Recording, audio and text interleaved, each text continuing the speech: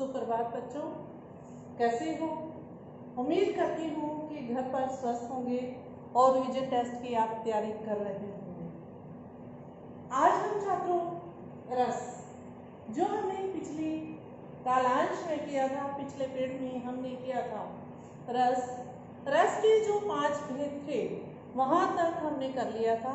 आज हम छठा रस, भयानक रस, नाम से ही डरावना रस, मानते हो ना? भयानक, भयानक क्या होता है? डरावना, और रस आनंद, डरावना आनंद। ठीक है, यहाँ से आज हम इसको समझना शुरू करेंगे, इसका पठन शुरू करेंगे। 5 आपने कर लिए। जो हमारे 2 रस हैं, 9 रसों के बारे में मैंने आपको बताया था, और जो 2 रस हैं, वात्सल्य रस और भक्ति रस, इनके बारे में भी आज मैं आपको बताऊंगी। कई बार आ जाता है इनका उदाहरण, लेकिन अभी तक 9 ही रस माने गए हैं, इनको मिलाकर हमारे 11 रस बनते हैं।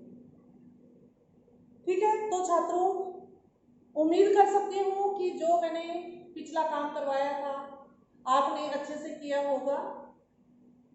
इतना मैं समझ सकती हूँ कि बच्चे हैं और किया भी है काम। बेटा, जिन बच्चों ने टेबल बनाकर नहीं भेजी है वो बच्चे टेबल बनाकर जरूर भेजेंगे। रस और स्थायी भाव, मैंने बोला था लाइन लगा लेना, एक साइड में रस, एक साइड में स्थायी भाव लिख के वो टेबल बनानी है और मेरे पास भेजना है। ठीक है छात्रों, आज हम करेंगे भयानक रस।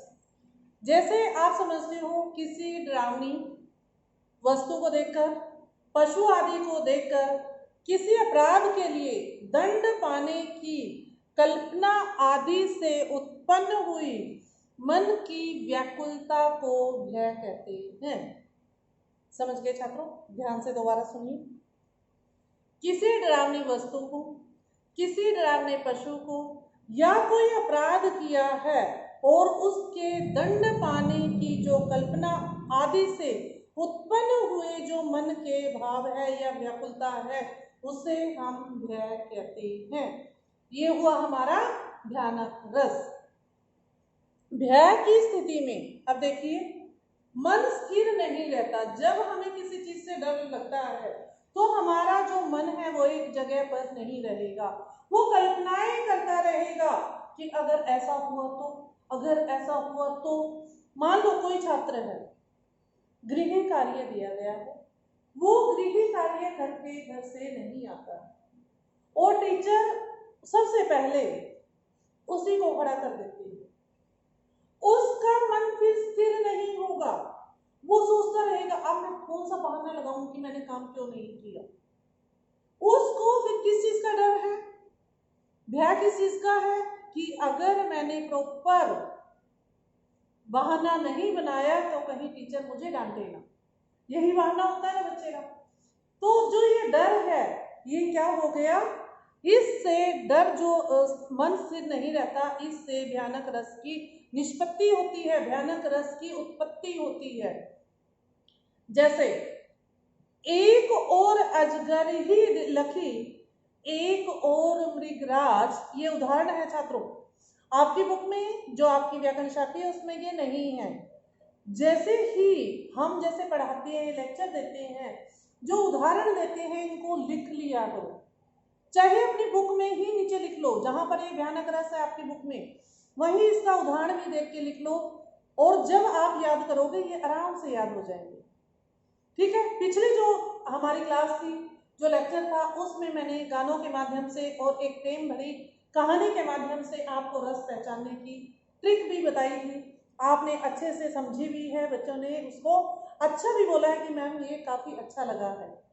ठीक है, ऐसे ही आज भी हम गानों के माध्यम से समझेंगे, जो पुराने गाने हैं और जो उदाहरण हैं अलग से जो आपकी बुक में नहीं है, उनके माध्यम से आज हम रस की पहचान भी करेंगे और उदाहरण आपको ये लिख लेने हैं। देखिए, एक और अजगर ही लखी, कि एक और तो मैंने अजगर को देखा, एक और मृगराज, और दूसरी और क्या देखा? हिरण को देखा। विकल बटोही बीच ही, विकल बटोही बीच ही, विकल क्या होता है दुख, और बीच में ही परियो मूर्छा खाए, और वो उनको देखकर कि अब तो मेरी जान मुसीबत में आ गई है, एक और सांप है, अजगर है, और एक और मृग है, मैं किस ओर जाऊं, इस डर के मारे वो मूर्छा खाकर गिर पड़ता है। तो यहाँ पर किस रस की उत्पत्ति हुई? भयानक रस। ये याद हो जाएगा छात्रों, ठीक है। आगे चले, उसके बाद है विभत्स रस, विभत्स या घृणा, जिसको हमने बताया है। अब हम उसको करेंगे। घृणा किससे आती है? घृणा क्या होता है? जैसे इसके नाम से ही पता होता है, किसी चीज को, जिसको देखिए घोर अरुचिकर, जिसमें हमारी कोई रुचि नहीं होती, घृणित वस्तु, जैसे हड्डी होगी, रक्त हो गया, चर्बी होगी, मांस हो गया, और उनकी दुर्गंध, बदबू आदि के वर्णन से मन में घृणा का भाव होता है। समझ आ गया छात्रों कौन कौन सी चीजें हैं? जैसे कई बार हड्डी देख लेते हैं, मांस देख लेते हैं, खून देख लेते हैं, किसी की चर्बी देख लेते हैं, और कोई जैसे मान लो कोई पशु मर जाता है, उसको जो पक्षी हैं वो नोच नोच कर खाते हैं, वो हमारे अंदर ना घृणा आ जाती है उसको देखकर, और ये घृणा ही हमारा विभत्स रस होता है। उदाहरण देखिए, सिर पर बैठो काग, सिर पर बैठो काग, आंख दोई खात निकारत। कि क्या होता है जब गांव में कोई पशु मर जाता है या पशु की मृत्यु हो जाती है, जैसे सड़क पे ही कोई गाय मरी हुई होती है या भैंस मर जाती है, तो उसको कोई उठाकर बेटा साइड में नहीं डालता, तो उसी के ऊपर से ट्रैफिक जो है, कार है, स्कूटर, उसी के ऊपर से चलते जाते हैं। और जो पक्षी होते हैं, कौवा होता है या और भी कोई पक्षी होता है या बाज, जो भी, उसके आंख निकालकर या उसका मांस निकालकर खाते हैं, और जब हमारी अचानक उस पर नजर पड़ती है तो हमें घृणा का भाव उत्पन्न होता है, हमारे अंदर घृणा पैदा होती है। और यही उदाहरण था, सिर पर बैठो काग, मान लो किसी की गाय की ही मृत्यु हो जाती है, और जो काग है, जो कौवा है, उसके सिर पर बैठा हुआ है और आंखों को निकाल कर खा रहा है। सिर पर बैठो काग, आंख दोई खात निकारत। ठीक है, इस उदाहरण को छात्र आपने समझा। अब आगे चले, ये दो समझ आ गए, भयानक क्या होता है, और आगे विभत्स रस क्या होता है। अब आएगा अद्भुत रस। छात्रों आपको सिर्फ नाम याद करने हैं, नाम के अकॉर्डिंग अद्भुत, अद्भुत क्या होता है, विभत्स क्या होता है, घृणा क्या होता है, भयानक क्या होता है, इन्हीं से आपको पता चल जाएगा। ठीक है, मान लो कोई उदाहरण की 2 लाइनें दी और उसको पढ़ कर देखना है। मान लो मैंने यही बोला है, एक और अजगरही लखी, एक और मृगराज, विकट बटोही बीच ही परियो मूर्छा खा। इसको देख के ही आपको पता चल जाएगा कि ये कौन सा, अगर आपने सच में वो रस याद किए हैं और समझे हैं, तो अगर आपने कभी बुक खोल के ही नहीं देखी तो कहां से रस समझ आएंगे बेटा। ठीक है, पढ़ना पड़ेगा आपको बुक से भी, और जो हम ये लेक्चर भेजते हैं इनको भी आपको ध्यान से सुनना है, क्योंकि ये आपकी बुक से नहीं होते, हम अलग से बुक लेकर आपके जो टॉपिक है व्याकरण के, इनको आपको समझाने की कोशिश करते हैं और सबसे इजी मेथड लगाते हैं, ताकि जो हमारा अच्छा बच्चा भी है वो भी अच्छे से समझ जाए, और जो थोड़ा सा कभी कभी पढ़ने वाला है ना वो भी समझ जाए। ठीक है, दोनों को देखते हुए हम ये जो भाषा यूज करते हैं, जो मैंने गानों के माध्यम से समझाने की कोशिश की है, जो एक प्रेम कहानी के माध्यम से समझाने की कोशिश की है, सिर्फ मेरा पर्पस बेटा यही है कि आपके जो 4 नंबर के रस आते हैं उनमें आप कोई गलती ना करो। ठीक है बच्चों, अगर फिर भी देखो इतना करने के बाद भी अगर आप गलती कर देते हो तो ये तो गलत बात होगी ना बेटा। इसलिए आपका भला किसमें है, जो ये लेक्चर जाएगा इसको आपको सुनना है, आपकी जो व्याकरण शास्त्र की बुक है उससे इस चैप्टर को पढ़ना है, और जो मैं उदाहरण आपको इस लेक्चर में बता रही हूँ उसको अपनी बुक में लिखना है, क्योंकि इससे इजी आपके ये उदाहरण कहीं नहीं मिलेंगे।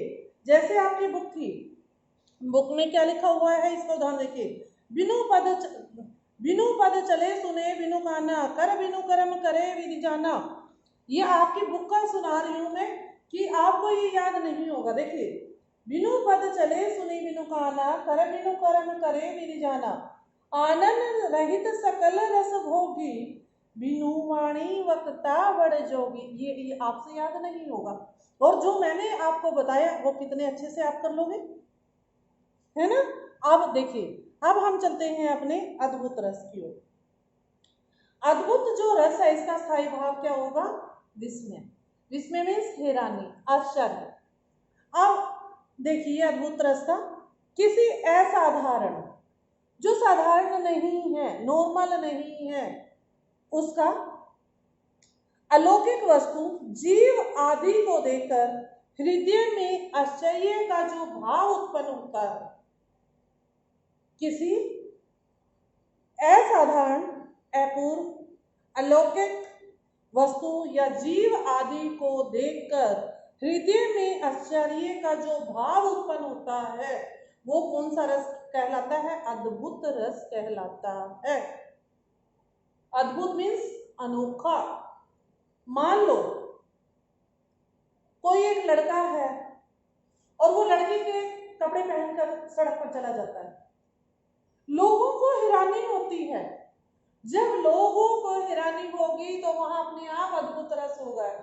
जो नॉर्मल से हटकर कुछ करता है, नॉर्मल क्या है कि लड़का कुर्ता पजामा पहन सकता है, पैंट शर्ट पहन सकता है, धोती कुर्ता पहन सकता है। अगर वो सलवार कमीज पहनकर जाएगा तो वो अबनॉर्मल लगेगा, ये नॉर्मल नहीं है। और जब वो निकलेगा सड़क पर, सब देखने के लिए ललायित हो जाएंगे, उसकी तरफ देखेंगे, उनको आश्चर्य का भाव होगा। यही अद्भुत रस है। अब इसका उदाहरण देखिए, अंबर में कुतल जाल देख, अंबर में कुतल जाल देख, पद के नीचे पाताल देख, मुट्ठी में तीनों काल देख। देखिए, अंबर में कुतल जाल देख, अंबर में कोई जाल नहीं होता, पद के नीचे पाताल देख, मुट्ठी में तीनों काल देख, कि मुट्ठी में ही तीनों काल है। तो ये उदाहरण है आपके अद्भुत रस का। इसको आपको छात्रों लिख लेना है और फिर इसको याद करना है। अब हम चलते हैं अपने अगले रस की तरफ। उसके बाद है हमारा शांत रस। अद्भुत के बाद शांत, जैसा कि इसके नाम से ही पता चल जाता है, शांत, बिल्कुल शांत। ठीक है, जो स्टोरी थी प्रेम वाली उसमें भी बताया था शांत रस कहाँ होता है, बताया था ना बेटा, कि शांत रस लास्ट में जब वो सारा काम करके, जो औरत थी, जो उसकी पत्नी थी, वो भक्ति की तरफ जाने के लिए सोचती है, उसके मन में क्या आता है, वो शांत रस था। अब देखिए, जहाँ संसार के प्रति उदासीनता का भाव होता है, जहाँ संसार के प्रति उदासीनता, नीरसता का भाव होता है, वहां शांत रस उत्पन्न होता है। कि किसी भी चीज में उसका मन नहीं लगता, शांत, सब चीजों से रिक्तता, खालीपन, तो वहां पर शांत होता है। अब एक पिक्चर का ही गाना हम लेंगे, जैसे मैंने शुरुआत में कहा था कि हम गानों के माध्यम से ये रस की पहचान करेंगे।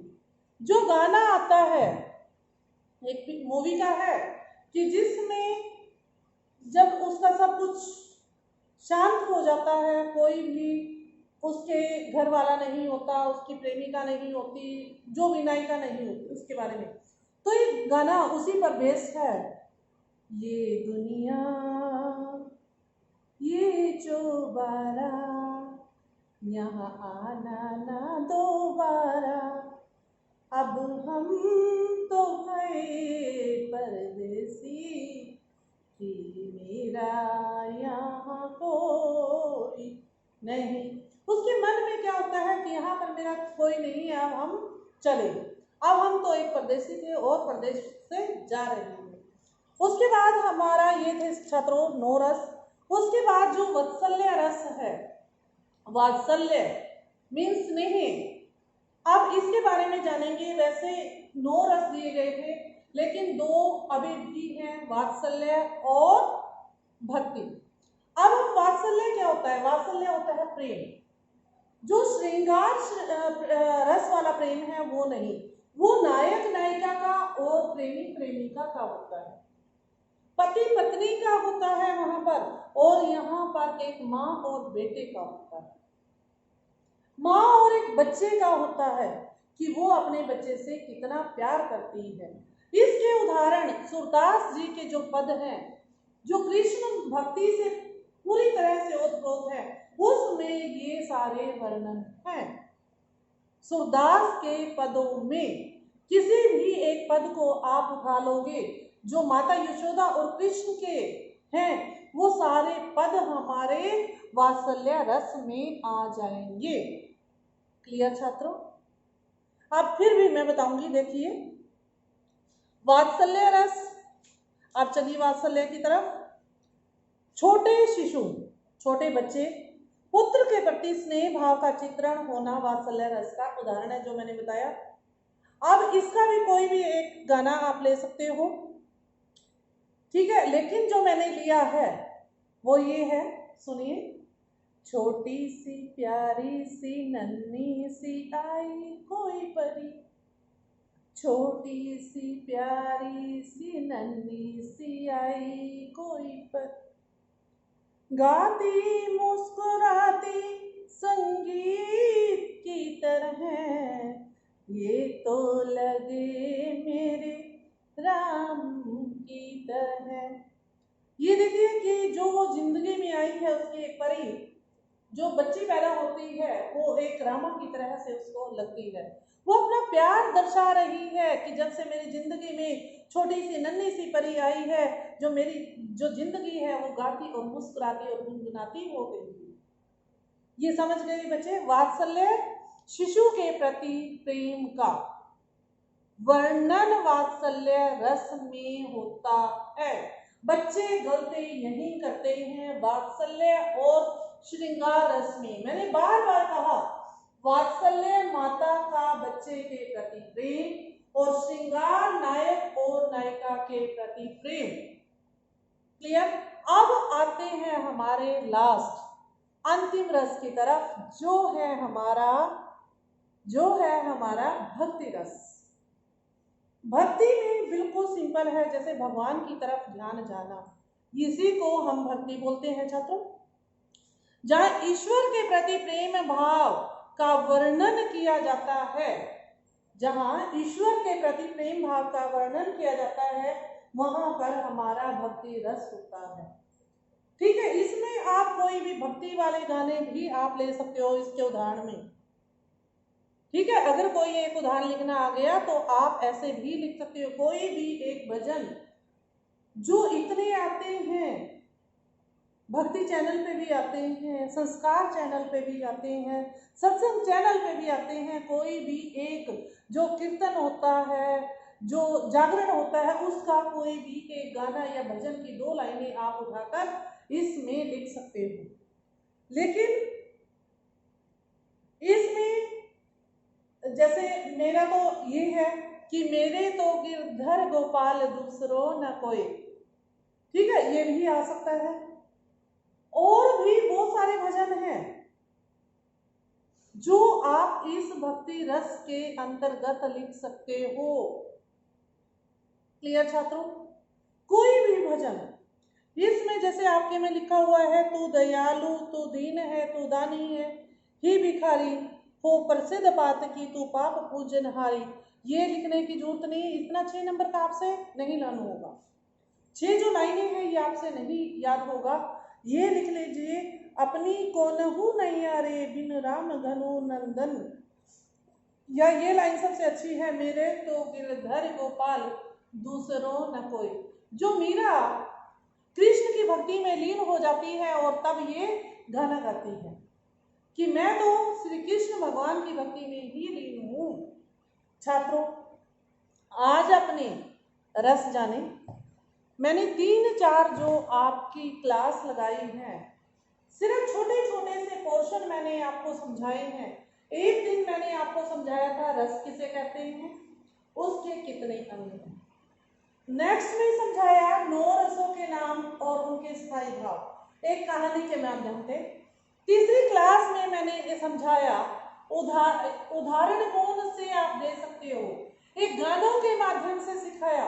और आज भी जो ये टॉपिक हमारा जो प्रकरण कंप्लीट हुआ है, वो आज भी मैंने गानों के और जो कोटेशन है उससे मिलती जुलती उनके माध्यम से सिखाया है, ताकि आपको अच्छे से वो याद हो जाए, 4 नंबर आपके पक्के हो जाएं। ठीक है छात्रों, अपनी तरफ से मैं पूरी कोशिश कर रही हूँ कि सरल से सरल जो तरीका है वह मैं अपनाने की कोशिश करती हूँ और सर्च करती हूँ कि बच्चे किससे जल्दी सीखते हैं। ठीक है छात्रों, उम्मीद करती हूँ कि आपको ये रस का प्रकरण समझ आया होगा। अगर बेटा अब भी कोई दिक्कत है, कोई बात नहीं, हो सकता है कई बार समझ नहीं आता। ठीक है, अगर फिर भी कोई दिक्कत है बेटा, आप ग्रुप में जरूर पूछोगे। ठीक है, वहां कोई भी नहीं होता। क्लियर? और मैं आपका जहां भी डाउट है उसका जो समाधान होगा मेरे से मैं जरूर करूँ, लेकिन आप पूछोगे जरूर और काम करके बेटा भेजोगे। और जो रिवीजन टेस्ट का मैंने सिलेबस दिया हुआ है, आपके देखो 2 ही मैंने टॉपिक दिए हुए हैं, नेताजी का चश्मा और रचना के आधार पर वाक्य भेद। मैं उम्मीद कर सकती हूँ कि आप उनको अच्छे से करोगे और टेस्ट को अच्छे से ही दोगे। और जो उसमें आप एक बार करके देख लो कि आप उसको कर पाते हो या नहीं कर पाते हो। उसी दिन अगर आप गूगल फॉर्म वाला वो करोगे तो कहीं आपको दिक्कत ना हो, इसलिए प्रयास करो, अभ्यास कर लो पहले से। ठीक है बेटा, अब अगली जो प्रकरण होगा हमारा वो नया होगा रस, और आपकी ग्रामर सारी कंप्लीट हो चुकी है। अभ्यास आपको करना है और करवाना मुझे है। ठीक है छात्रों, घर पर रहकर अपना ध्यान रखिए और माता पिता का कहना मानते रहिए, और भी इससे जरूरी बात अपनी सेहत का ध्यान रखिए। धन्यवाद छात्रों।